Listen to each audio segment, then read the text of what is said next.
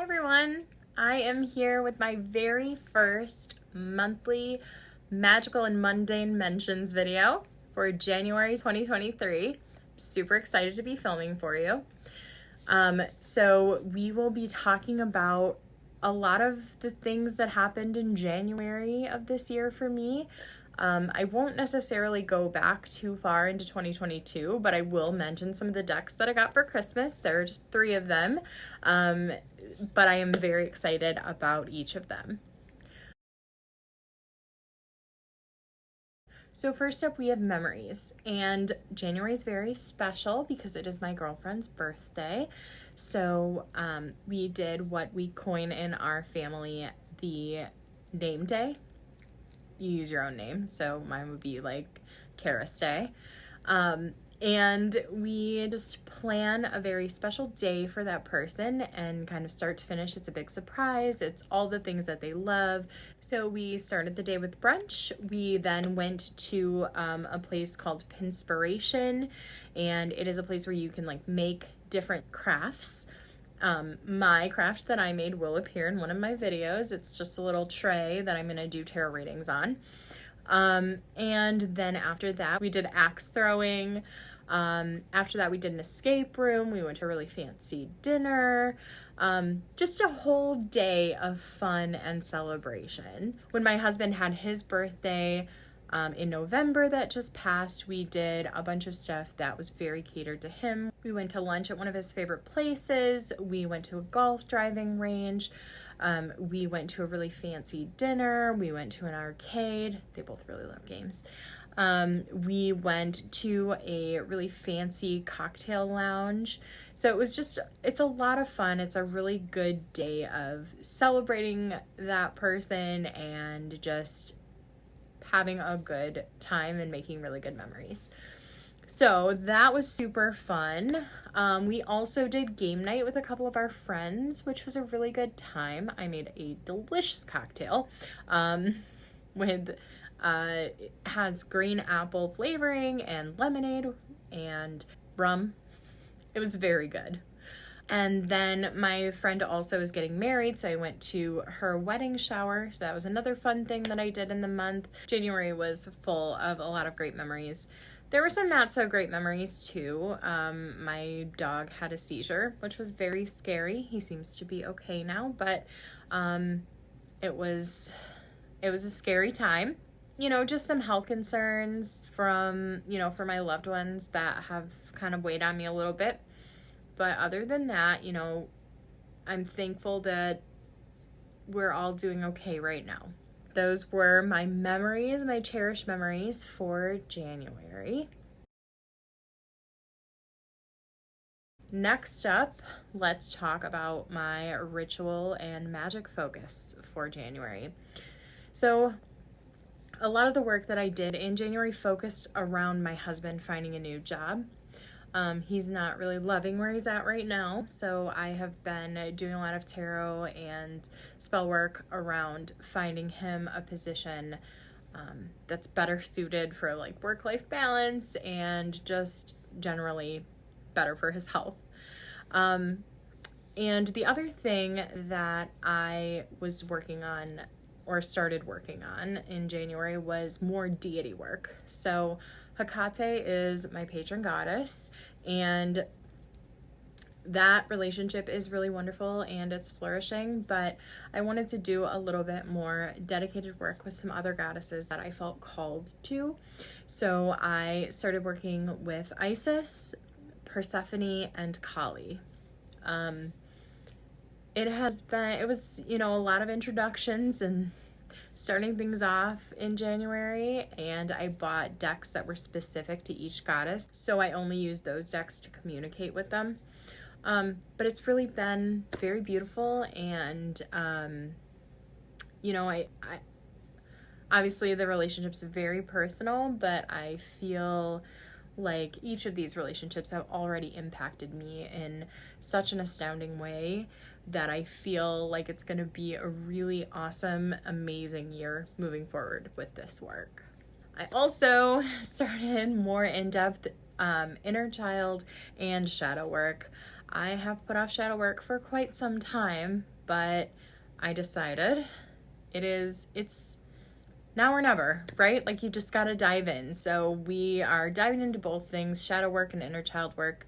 And it's definitely been an experience so far, learning new things about myself and maybe getting hit over the head with some things that I already know that I need to change.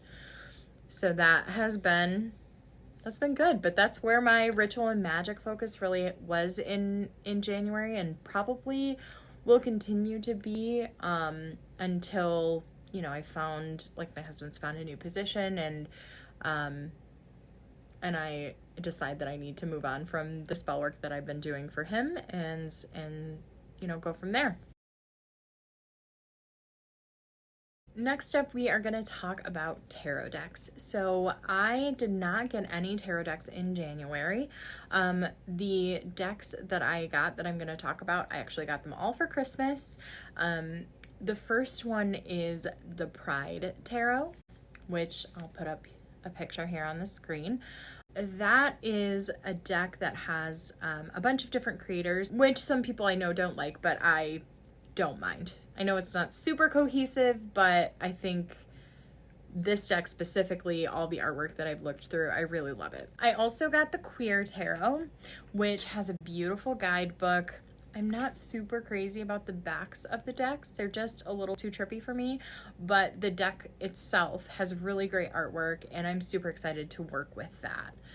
And then the last deck I got was the Phantom-Wise Tarot, which I'm actually working with in February. I am loving it so far. So the Phantom-Wise Tarot, if you aren't aware of it, I have it right here.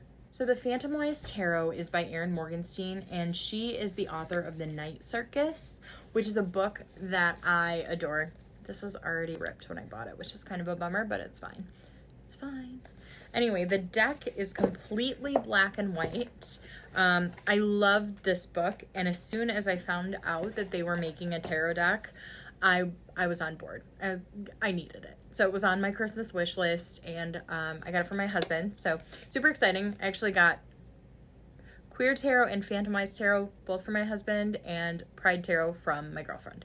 So yeah, just really excited to work with this deck, like I said, in February. I think Pride Tarot is going to be in June for Pride Month, and I'm pretty sure Queer Tarot is like the month before, so like May. But I have a schedule. It's all written somewhere. We'll talk a little bit more in depth about Phantom-Wise Tarot in my next video, because I'm going to do a walkthrough because it's my February deck. I want to give the caveat that I am not a booktuber. I'm very easy to please when it comes to books. If you were to go to my Goodreads, you would see that there's like, I don't know, one book with a 1, and like most of my books are like a 4 and a 5, because I'm just very easy to please when it comes to reading.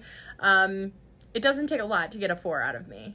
It doesn't really take that much to get a 5. So just want to caveat this section. I am not a booktuber. I don't claim to be a booktuber.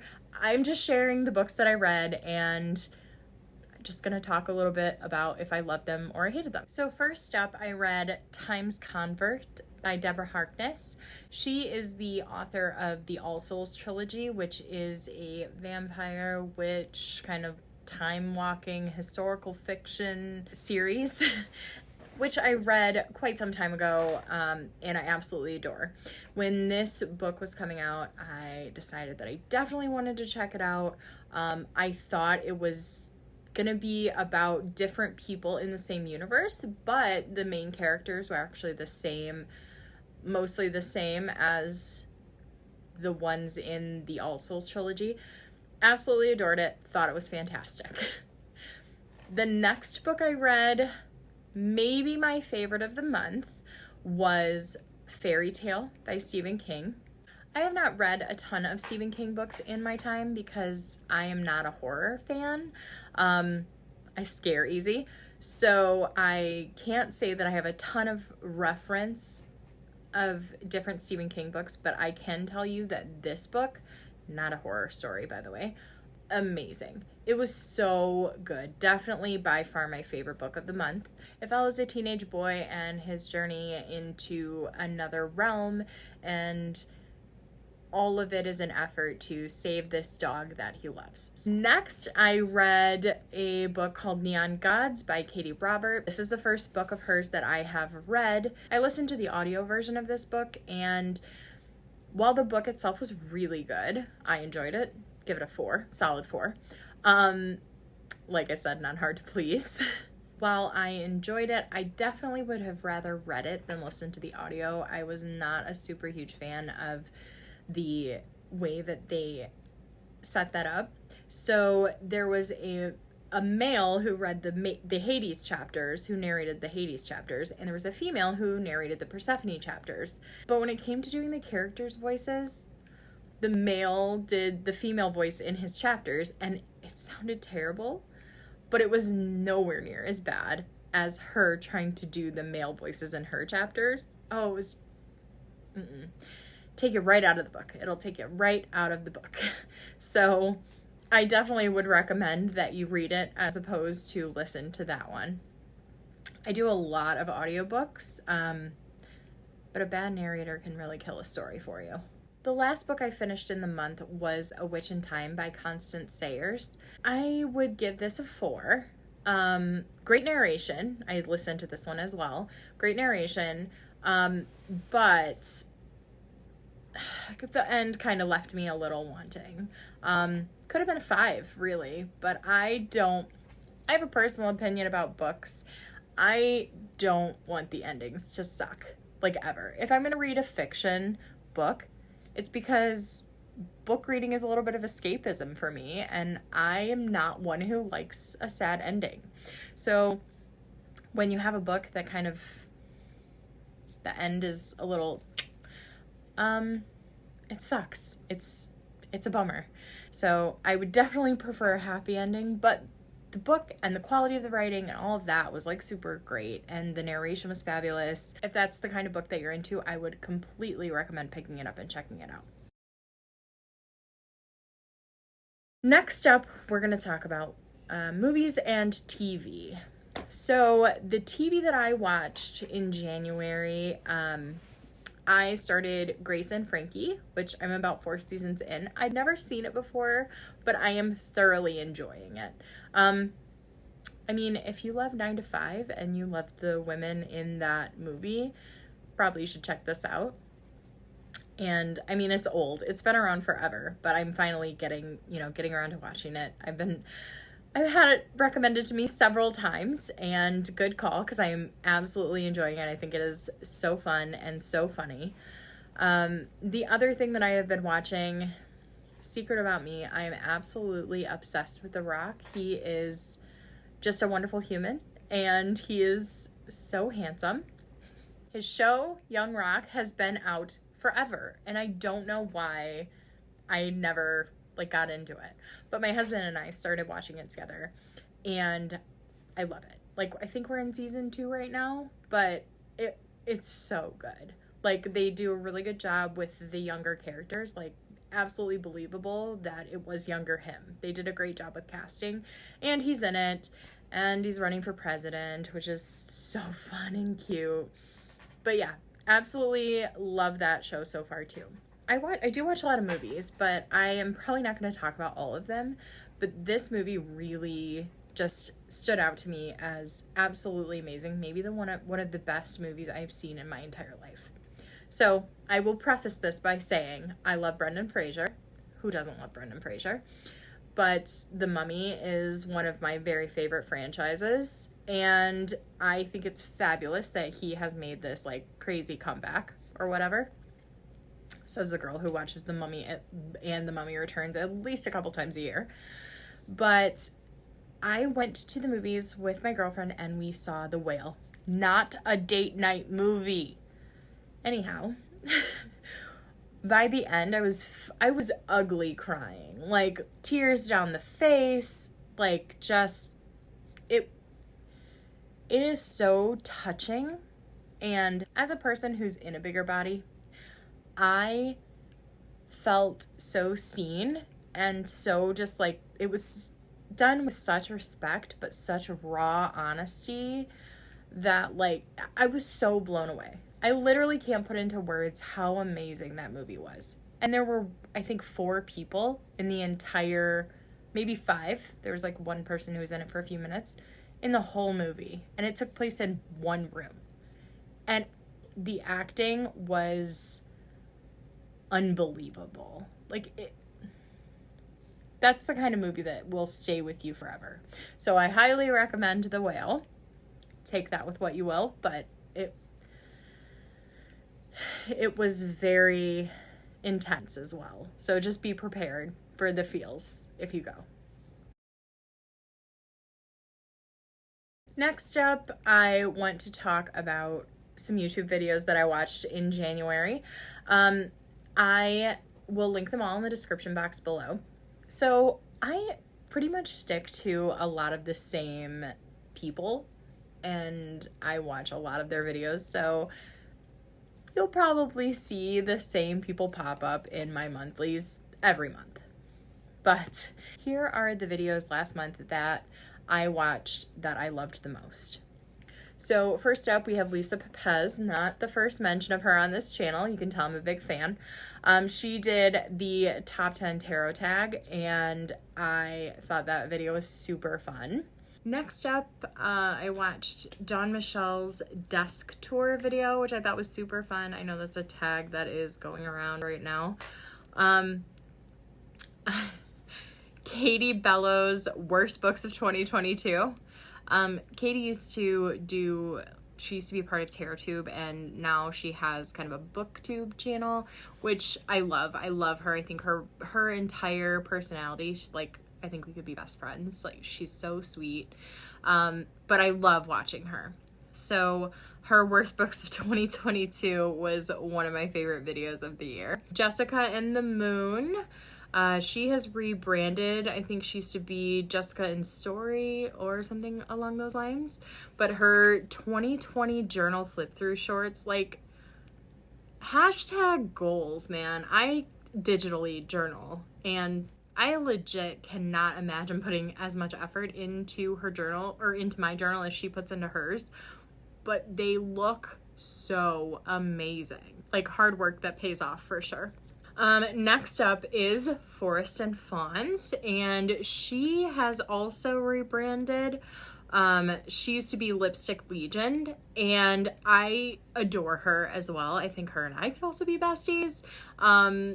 She is very sweet, and she just had a little baby boy, and she talks about witchcraft and just how to have like a witchy family, and she has really great ideas, really awesome crafts, and spellcraft Sundays. She just has a lot of really awesome content on her channel.